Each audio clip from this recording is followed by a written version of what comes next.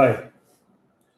So today we are going to discuss about the kind of diplomatic failures, or I will say the repeated diplomatic failures and military setbacks for Washington and the growing perception of American humiliation now openly being discussed by European leadership. And today we will be speaking especially about the German Chancellor who spoke out loud about it. And first, let's talk about the elephant in the room, the Strait of Hormuz, and it has become a symbol of US frustration. See, the Strait of Hormuz is basically a critical artery for nearly 20% of world's oil and gas, and it has become a stage for American miscalculations. The US naval blockage against Iran was basically intended to cripple its economy and to demonstrate global dominance of United States. But what happened? Iran has adapted very quickly. They have started exporting their oil to Chinese via railway tracks, and they have also started steering their tankers along with their neighboring coastlines. So effectively, they are bypassing the U.S. enforcement by avoiding the international waters. And the German Chancellor, in a recently he talked about U.S. strategy and called it actually short-sighted and self-defeating, and it was noting that Washington has publicly humiliated itself by failing to achieve either economic collapse or strategic surrender of Tehran. He actually said his words were an entire nation is being humiliated. He was talking about United States. An entire nation is being humiliated by the Iranian leadership, especially by these so-called revolutionary guards. The Iranians are clearly, he further says, the Iranians are clearly stronger than expected, and the Americans clearly have no true convincing strategy in the negotiations either. He further said that at the moment, I do not see what strategic exit the Americans will choose, especially since the Iranians are clearly negotiating very skillfully or very skillfully not negotiating. He noted that the US quite obviously went into this war without any strategy and compared it to the failures in Afghanistan and Iran. Now, this is coming from the horse's mouth because Germany is one of the most trustable ally of United States of America. It is not France. And this is not coming from Macron's mouth. It is coming from the mouth of German Chancellor, one of the most reliable US ally in the European theater. Now, if we talk about diplomatic stalemates and strategic missteps, so we'll see that US diplomacy has actually fluttered spectacularly.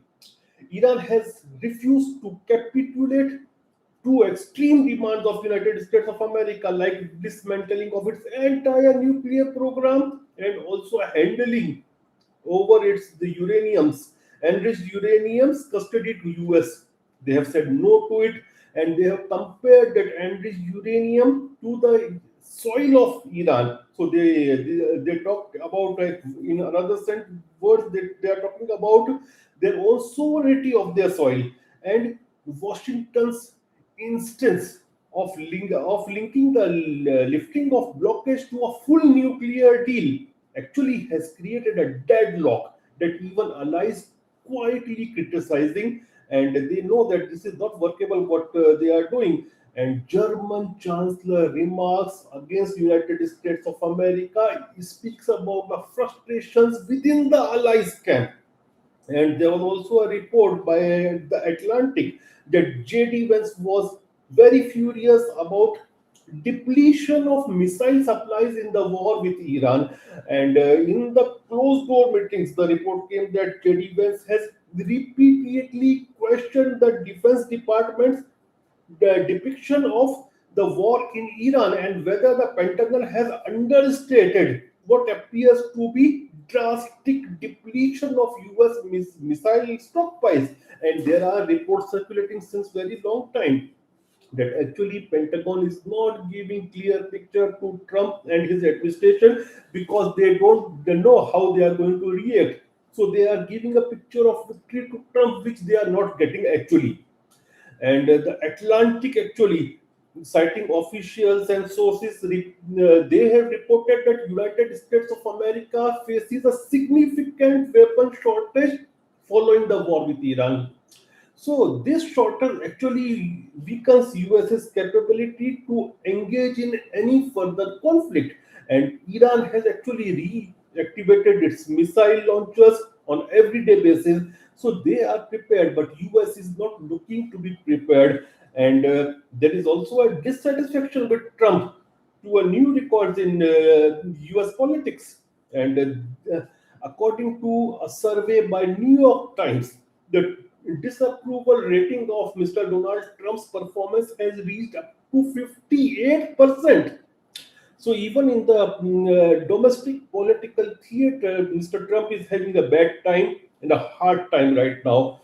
And Iran's top military advisor, he declared that no country is capable of blockading Iran's oil.